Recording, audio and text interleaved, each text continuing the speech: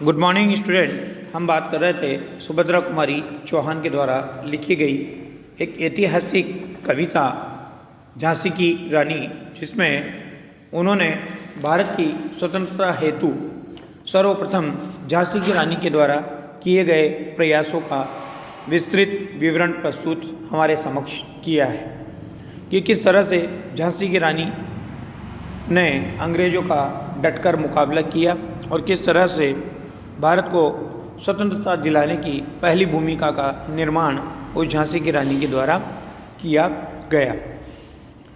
इस कविता में अब तक हमने देखा झांसी की रानी का बचपन, अंग्रेज़ों का भारतीय राजाओं और नवाबों से व्यापार का अनुमति प्राप्त करना और व्यापारी बनकर भारत देश में अपने साम्राज्य का विस्तार करना। धीरे धीरे साथ में रानी लक्ष्मीबाई का बचपन भी हमने देखा, बड़ी हुई, उसका विवाह झांसी में हुआ, लेकिन समय और कालगति को कुछ और मंजूर था कि राजा के साथ उसका जीवन लंबा नहीं रहा। तत्पश्चात राजा की अल्प समय में मृत्यु हो गई। उस मृत्यु ने रानी को झकझोर दिया। तब डलहौजी ने मौके का फ़ायदा उठाकर झांसी के ऊपर सेना भेजकर अपना अधिकार करवा दिया।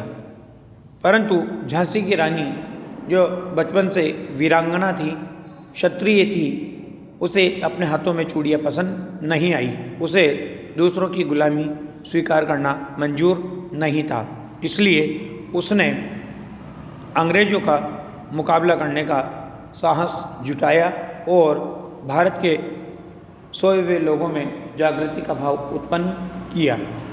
आग महलों से सुलगी, परंतु ज्वाला झोंपड़ियों से प्रकट होते हुए दिखाई दे रही थी और धीरे धीरे इस प्रकार से स्वतंत्रता संग्राम प्रारंभ हो गया।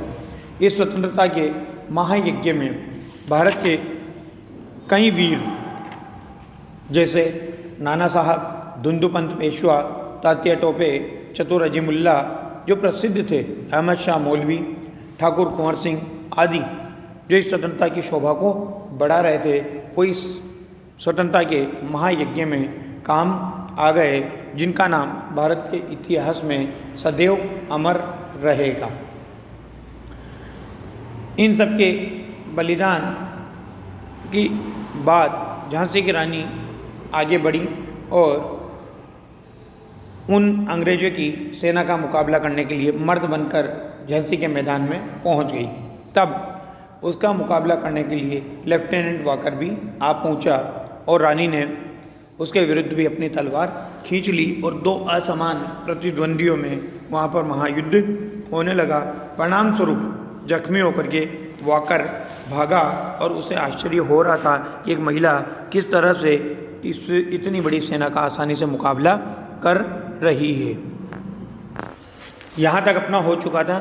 मैं एक बार दोबारा बता रहा हूँ कि इनकी गाथा छोड़ चले हम झांसी के मैदानों में, जहाँ खड़ी है लक्ष्मीबाई मर्द बनी मर्दानों में, कि इन सब क्षत्रिय वीरों वीरांगनाओं की गाथा को आज हम झांसी के मैदानों में छोड़ आए हैं और इन सबके वीरों के बलिदान को छोड़ करके रानी लक्ष्मीबाई स्वयं झांसी के मैदान में आगे बढ़ करके आ गई। जहाँ खड़ी है लक्ष्मीबाई मर्द बनी मर्दानों, कि जहाँ पर आज हमें कौन खड़ी हुई दिखाई दे रही है, वो लक्ष्मीबाई उन मर्दों का मुकाबला करने के लिए उन मर्दों के बीच में आज स्वयं मर्द बन करके खड़ी हुई दिखाई दे रही है। रानी के इस विकराल स्वरूप को देखकर लेफ्टिनेंट वाकर उसका मुकाबला करने के लिए पहुँचा। कि लेफ्टिनेंट वाकर आ पहुंचा, आगे बढ़ा जवानों में, रानी ने तलवार खींच ली, हुआ द्वंद्व असमानों में, कि लेफ्टिनेंट वाकर उस रानी का मुकाबला करने के लिए आगे पहुंच गया और जवानों में आगे बढ़ने लगा, अर्थात सेना का नेतृत्व करते हुए वो आगे बढ़ने लगा। उसको आगे बढ़ता देखकर रानी ने अपनी तलवार को म्यान से बाहर निकाला, उसके विरुद्ध तलवार खींच ली और इस प्रकार से दो विषम प्रतिद्वंदियों में, दो असमान प्रतिद्वंदियों में, एक स्त्री और एक पुरुष में भयंकर युद्ध होने लगा। परंतु रानी लक्ष्मीबाई की वीरता ऐसी थी कि जिसका मुकाबला वाकर नहीं कर सका और जख्मी होकर वाकर भागा, उसे अजब हैरानी थी कि वो जो लेफ्टिनेंट वॉकर था वो रानी के प्रहारों को सहन नहीं कर सका और घायल हो गया, और घायल होकर के वो जान बचाने के लिए भागने लगा। उसे अजब आश्चर्य हो रहा था, बड़ा अद्भुत आश्चर्य हो रहा था कि आखिर ये महिला किस तरह से इतने बड़े बड़े वीरों का या इतनी बड़ी सेना का इतनी वीरता से मुकाबला कर रही है। बूंदे ले हर बोलो के मुँह, हमने सुनी कहानी थी, खूब लड़ी मर्दानी वह तो झांसी वाली रानी थी।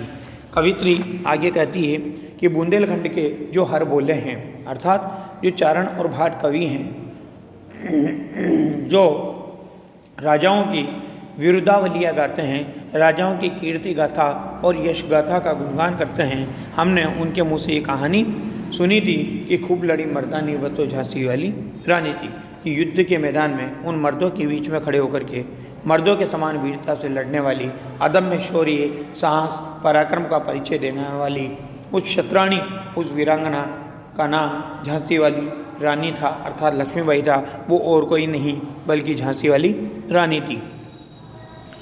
इसके पश्चात देखिए, रानी बड़ी कालपी आई। कि रानी बढ़कर के कहाँ पहुँच गई? कालपी पहुँच गई। कर 100 मील निरंतर पार, कि उसने निरंतर क्या किया? अपने घोड़े को रुकने नहीं दिया, खुद को रुकने नहीं दिया, और 100 मील की दूरी पार करके वो कालपी पहुँच गई।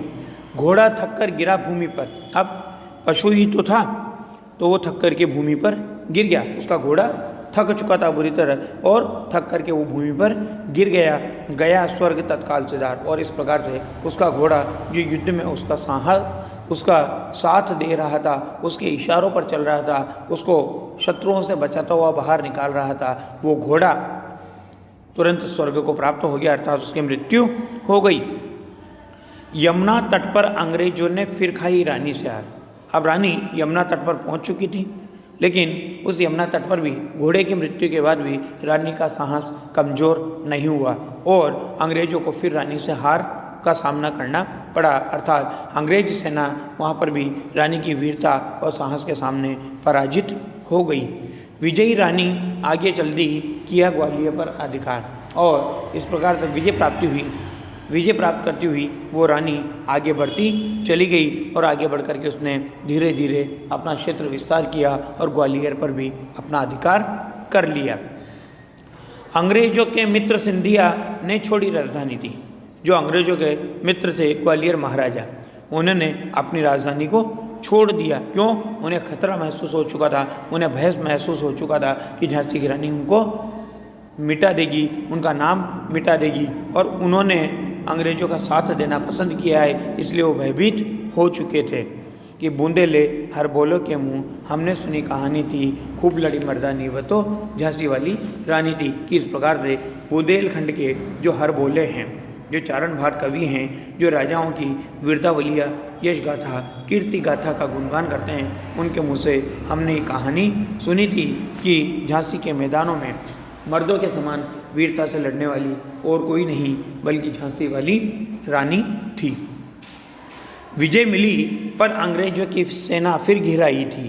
देखिए, रानी को विजय तो प्राप्त हुई, परंतु अंग्रेज सेना ने हार नहीं मानी, और अंग्रेजों की सेना ने रानी को फिर से घेर लिया। और अब के वॉकर नहीं था, अब के कौन आ गया? अब के जनरल स्मिथ उसके पास में आ गया, और उसको भी उस रानी की वीरता के सामने, उस रानी के युद्ध कौशल के सामने, उस रानी के साहस और पराक्रम के सामने पराजय का मुंह देखना पड़ा, उससे मुंह की खानी पड़ी। कि विजय मिली पर अंग्रेजों की सेना फिर घिर आई थी, और अब के जनरल स्मिथ सन्मुख था, उसने मुँह की खाई थी। कि विजय तो मिली, परंतु रानी को अंग्रेजों की सेना ने फिर से घेर लिया, और अब के अंग्रेजों की सेना का नेतृत्व करने वाला कौन था? अब के जनरल स्मिथ सन्मुख था। अब के जनरल स्मिथ उस रानी के सन्मुख था, उसने मुँह की खाई थी, और उसे भी उस रानी की वीरता, साहस और पराक्रम के आगे मुँह की खानी पड़ी, अर्थात पराजय का मुँह देखना पड़ा। तब देखिए, रानी का साथ देने वाली उसकी 2 बचपन की सहेलियाँ थी, जिनका नाम था काना और मुंद्रा। काना और मुंद्रा ने भी रानी के समान ही युद्ध के मैदान में भारी मारकाट मचा रखी थी। उनके भी स्वरूप को देख करके अंग्रेज सेना भयभीत हो रही थी। तो उन दोनों सखियों का वर्णन करते हुए कवियत्री कहती है कि काना और मुंद्रा सखियाँ रानी के संग आई थी। कि उस युद्ध के मैदान में रानी लक्ष्मीबाई अकेली नहीं थी, बल्कि कान्हा और मुंद्रा नाम की जो उसकी बचपन की सखियाँ थी वो भी रानी के साथ उस युद्ध के मैदान में आई थी। और युद्ध क्षेत्र में उन दोनों ने भारी मार मचाई थी। और रानी के सवानी अपनी वीरता को, अपने युद्ध कौशल का परिचय देते हुए, अपने साहस, शौर्य, शक्ति, पराक्रम का परिचय देते हुए कान्हा और मुंद्रा ने भी उस अंग्रेजों की सेना में भारी मारकाट मचा दी, अर्थात तबाही मचा दी। पर पीछे ह्यूरोज आ गया, हाय घिरी अब रानी थी। लेकिन अब अंग्रेजों ने छल नीति का, कपट नीति का सहारा लिया और रानी को आगे से घेरने के साथ साथ पीछे से भी घेर लिया। और पीछे से घेरने वाला कौन था? अंग्रेजों का अधिकारी ह्यूरोज था, और उसने आकर के रानी को पीछे से घेर लिया। पर पीछे ह्यूरोज आ गया, हाय गिरी अब रानी थी, और बूंदे ले हर बोलो के मुंह हमने सुनी कहानी थी। इस प्रकार से पीछे से भी ह्यूरोज को द्वारा घेर लेने के बाद रानी को दोनों तरफ से शत्रुओं का सामना करना पड़ रहा था। इस प्रकार की कहानी हमने बुंदेलखंड के जो हर बोले हैं, जो चारण भाट कवि हैं, जो राजाओं की वीरतावलियाँ या यश गाथा या कीर्ति गाथा का गुणगान करते हैं, हमने उनके मुख से कहानी सुनी थी कि खूब लड़ी मर्दानी वो तो झांसी वाली रानी थी, कि वो मर्दों के समान झांसी के मैदानों में अंग्रेजों के विरुद्ध वीरता से डटकर मुकाबला करने वाली, अपने युद्ध कौशल का परिचय देने वाली और कोई नहीं बल्कि झांसी वाली रानी थी। लेकिन रानी भयभीत नहीं हुई। ऐसी स्थितियाँ आने के बाद भी देखो, रानी का साहस, शौर्य उसका साथ दे रहा था, उसका उत्साह ठंडा नहीं पड़ा था। तब रानी ने क्या किया? तो भी रानी मार काट कर चलती बनी सैन्य के बाहर। तब भी रानी ने सेना में मारकाट मचा दी और मारकाट करती हुई वो सेना को पार करती हुई आगे बढ़ गई। परंतु उसे पराजित किसके सामने होना पड़ा? एक प्राकृतिक आपदा के सामने। एक नाला सामने आया, उस नाले को पार करने में वो शत्रुओं से घिर गई और उस पर वार होने लगे। किंतु सामने नाला आया था, यह संकट विषम अपार। किंतु उसके सामने क्या आ गया था? उसके सामने एक भयंकर नाला आ गया था और ये संकट उसके लिए बड़ा विषम संकट बन गया था, बड़ा भयानक संकट बन गया था। घोड़ा अड़ा। अब जो पुराना घोड़ा था वो तो समझदार था, वो तो रानी के इशारे पर चलता था। लेकिन ये जो नया घोड़ा था ये समझदार नहीं था। वो घोड़ा उस नाले को पार नहीं कर सका, क्योंकि घोड़ा नया था। वो घोड़ा अड़ गया और इतने में अंग्रेजों के सैनिक आ गए और उन्होंने रानी को घेर लिया। और इसलिए कवियत्री ने कहा कि इतने में आ गए सवार, रानी एक शत्रु बहुतेरे होने लगे वार पर वार। अब रानी अकेली पड़ गई और शत्रु बहुत सारे हो गए और इस प्रकार से रानी के ऊपर क्या होने लगे? एक के बाद एक वार होने लगे। घायल होकर गिरी सिंगनी, उसे वीरगति पानी दी। इस प्रकार से वो शत्रुओं का युद्ध के मैदान में मुकाबला करने वाली वो शेरनी, वो वीरांगना और क्षत्रिय नारी अर्थात वो रानी लक्ष्मीबाई घायल होकर के युद्ध के मैदान में गिर गई। क्योंकि उसे क्या प्राप्त करनी थी? उसे वीरगति प्राप्त करनी थी और उसने वीरगति का वर्ण करना निश्चित कर लिया था। इसलिए वो घायल होकर के कहाँ पर गिर गई? उस युद्ध के मैदान में गिर गई। बूंदे ले हर बोलो के मुँह हमने सुनी कहानी थी, खूब लड़ी मर्दानी वह तो झांसी वाली रानी थी। कि कवित्री कहती है कि इस प्रकार से बुंदेलखंड के जो हर बोले हैं, अर्थात जो चारण भाट कवि हैं, जो राजाओं की वीरतावलियाँ गाते हैं, जो राजाओं की कीर्ति और यश गाथा का गुणगान करते हैं, राजवंशों की कीर्ति और यश गाथा का गुणगान करते हैं, हमने उनके मुंह से ये कहानी अनेक बार सुनी थी, कई बार सुनी थी कि वो झांसी के मैदानों में मर्दों के समक्ष, मर्दों के समान वीरता से लड़ने वाली, अदम्य शौर्य, साहस, पराक्रम का परिचय देने वाली, अपने युद्ध कौशल को प्रकट करने वाली वो और कोई नहीं बल्कि वो झांसी वाली रानी थी। तत्पश्चात देखिए क्या कहा है, रानी गई सिधार चिता अब उसकी दिव्य सवारी थी। कि रानी स्वर्ग को प्राप्त हो गई, अर्थात वीरगति को प्राप्त हो गई और वीरगति प्राप्त होने के बाद अब अग्नि की चिता ही उसकी दिव्य सवारी बन चुकी थी। अर्थात कहने का अभिप्राय है कि वो चिता ही उसकी अलौकिक सवारी कर चुकी थी। क्योंकि मिला तेज से तेज, क्योंकि वो जो वीरता का तेज था आज वो परमात्मा के तेज से जाकर के मिल गया, अर्थात परमात्मा के प्रकाश से जाकर के मिल गया। इसलिए कवित्री ने कहा कि मिला तेज से तेज, तेज की वह सच्ची अधिकारी थी। कि उस परमात्मा के प्रकाश को प्राप्त करने वाली वो सच्ची अधिकारिणी थी, क्योंकि उसने शत्रु का साहस के साथ मुकाबला किया, उसने पीठ नहीं दिखाई, वो युद्ध से भयभीत नहीं हुई, उसने अपनी वीरता से वीर गति को प्राप्त किया। इसलिए परमात्मा के प्रकाश को प्राप्त करने वाली, परमात्मा के प्रकाश में विलीन हो जाने वाली वो सच्ची अधिकारिणी थी। अभी उम्र कुल 23 की थी, मनुज नहीं अवतारी थी, कि अभी जब रानी ने वीर गति प्राप्त की तब उसकी उम्र कोई ज़्यादा नहीं थी, बल्कि उसकी उम्र केवल 23 वर्ष की थी। मनुज नहीं अवतारी थी, वो कोई साधारण मनुष्य नहीं थी, बल्कि वो एक ऐसे अवतारी थी। अवतार जानते हो, वो देवी देवता जिसने लोगों के कल्याण के लिए जन्म लिया हो। तो मानो उस झांसी की रानी ने भी वहाँ के गुलाम भारत के लोगों के कल्याण के लिए ही जन्म लिया था, इसलिए उसको मनुष्य नहीं मानते हुए कवियत्री क्या मान रही है? अवतारी मान रही है, अर्थात देवताओं का स्वरूप मान रही है। इसलिए क्या कहा कि हमको जीवित करने आई बंद स्वतंत्रता नारी थी, कि वो हमें इस गुलामी के बंधनों में बंधे रहने वाले जीवन को छोड़ करके हमें स्वतंत्रता में जीवन जीने का मार्ग बताने के लिए, हमको जीवित करने के लिए स्वतंत्रता की नारी बन करके वो भारत के इतिहास में प्रकट हुई थी। अर्थात वो भारतीयों को स्वतंत्रता का पाठ सिखाने वाली प्रथम नारी थी, जिसने भारतीयों की सोई हुई स्वतंत्रता की भावना को जगाया था। तत्पश्चात क्या कहा कि दिखा गई पथ, वो हमें स्वतंत्रता का रास्ता दिखा गई, सिखा गई हमको जो सीख सिखानी थी, और इस प्रकार से स्वतंत्रता की जो शिक्षा वो हमें प्रदान करना चाहती थी, परतंत्रता के बंधनों से मुक्त होने की शिक्षा जो हमें प्रदान करना चाहती थी, वो सीख हमें प्रदान करके चली गई।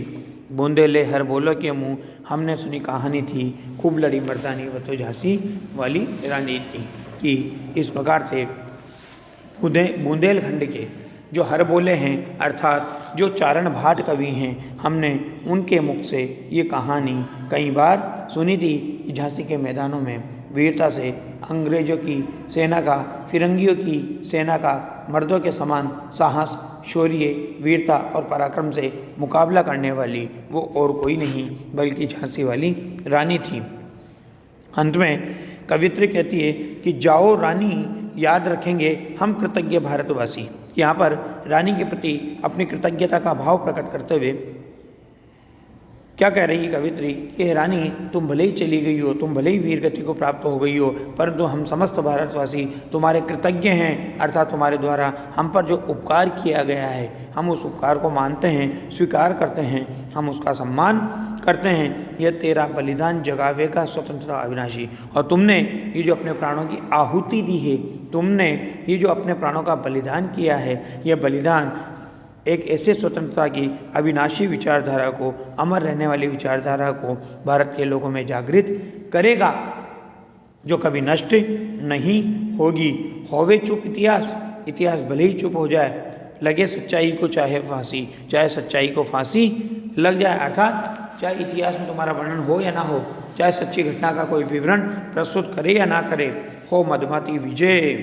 क्या कहा कि तुम्हारी जो अभिमान से भरी हुई विजय थी, उस विजय का इतिहास हमेशा गूंजता रहेगा। मिटा दे गोलों से चाहे झांसी, चाहे अंग्रेज अधिकारी गोले तोप बंदूकों से झांसी को मिटा दे, परंतु तुमने जो अभिमान के साथ विजय प्राप्त की थी, जो स्वाभिमान के साथ विजय प्राप्त की थी, उस विजय को झांसी वाले हमेशा याद रखेंगे।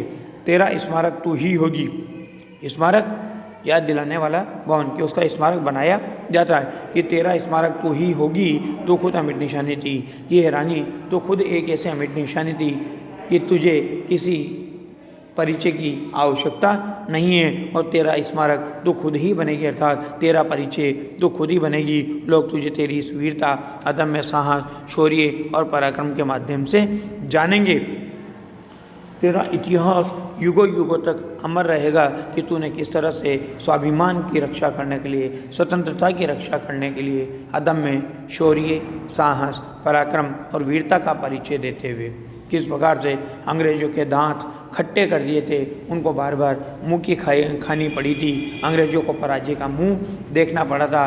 बस इस पराजय में संपूर्ण भारत के राजाओं महाराजाओं के द्वारा साथ नहीं देने के कारण आज़ादी हमसे दूर रह गई थी, वरना आज़ादी 1857 में ही प्राप्त हो जाती और परिणाम स्वरूप झांसी की रानी को अपना बलिदान करना पड़ा था।